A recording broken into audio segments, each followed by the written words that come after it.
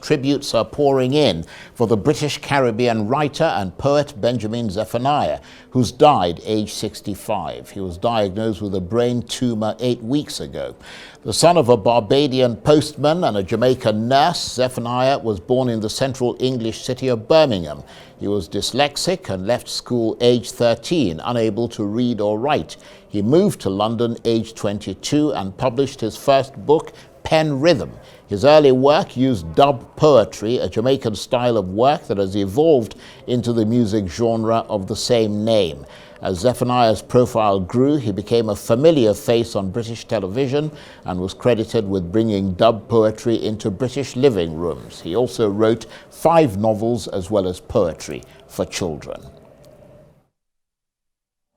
Well, for more on all these stories, let's bring in our Rice correspondent, Lape Olarinoye, who joins me live from London. Good to see you, Lape. Let's start with Benjamin Zephaniah. He's one of Britain's most influential and arresting poets. And looking at his legacy, why do you think he was considered such a key figure in the poetry world?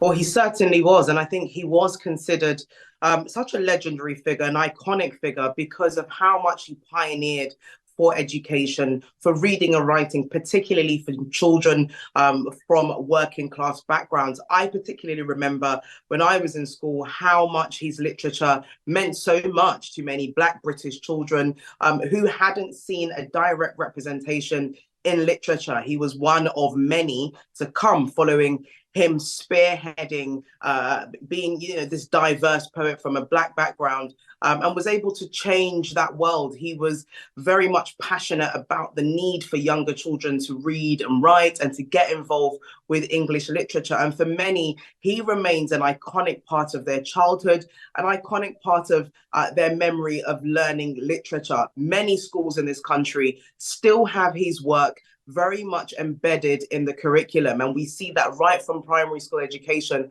right up until higher education. In fact, he has a whole department dedicated to him at Staffordshire University, very close to where he originates from in Birmingham.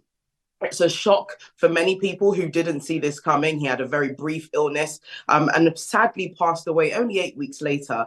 He's said to be surrounded by family, and the tributes, like you said, have been pouring in from all corners, including sports. Aston Villa was his local team. He publicized how much he was in support of that team. They also have come out to send a tribute, as well as his colleagues in Hollywood, if you like, in acting, particularly in the popular series Peaky Blinders, where he played a role and appeared 13 times. The other cast members have also come out to share their heartfelt condolence with this sad passing. Yeah, very sad indeed. Benjamin Zephaniah dead at the age of 65. Now let's turn to the COP28 climate summit. I understand it's a rest day today, but one of the many discussions that are continuing to bubble away is who will host the next edition of the summit in 2024. Take us through those concerns and why the uncertainty over the next host matters.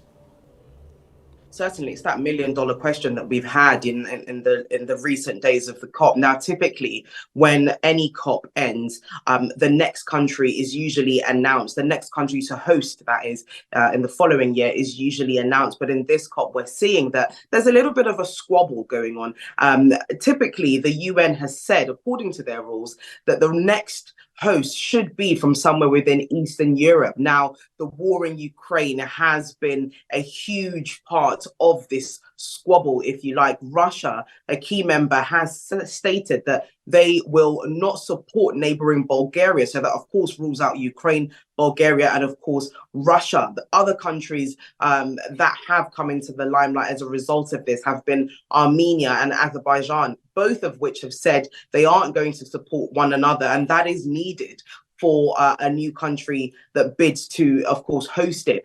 So there is a little bit of domestic conflict within Eastern Europe, and that is contributing significantly to who is going to take over. Now, when these kind of things happen, the proposal is that one country, the current country that is holding the presidency of the COP, which is the UAE. We can see pictures there of Mr. Sultan Al Jaber, who is the current presidency, could potentially hold on to that presidency, do all the diplomatic work, all the touring around the world that happens ahead of the next COP.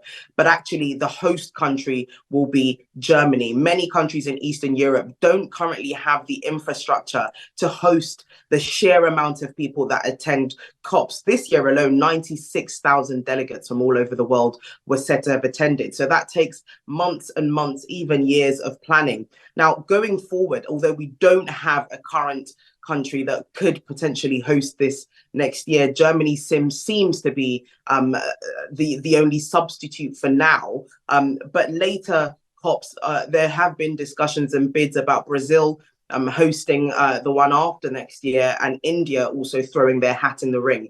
But it's still very much up in the air about what will happen regarding the Eastern European hosting of the next COP.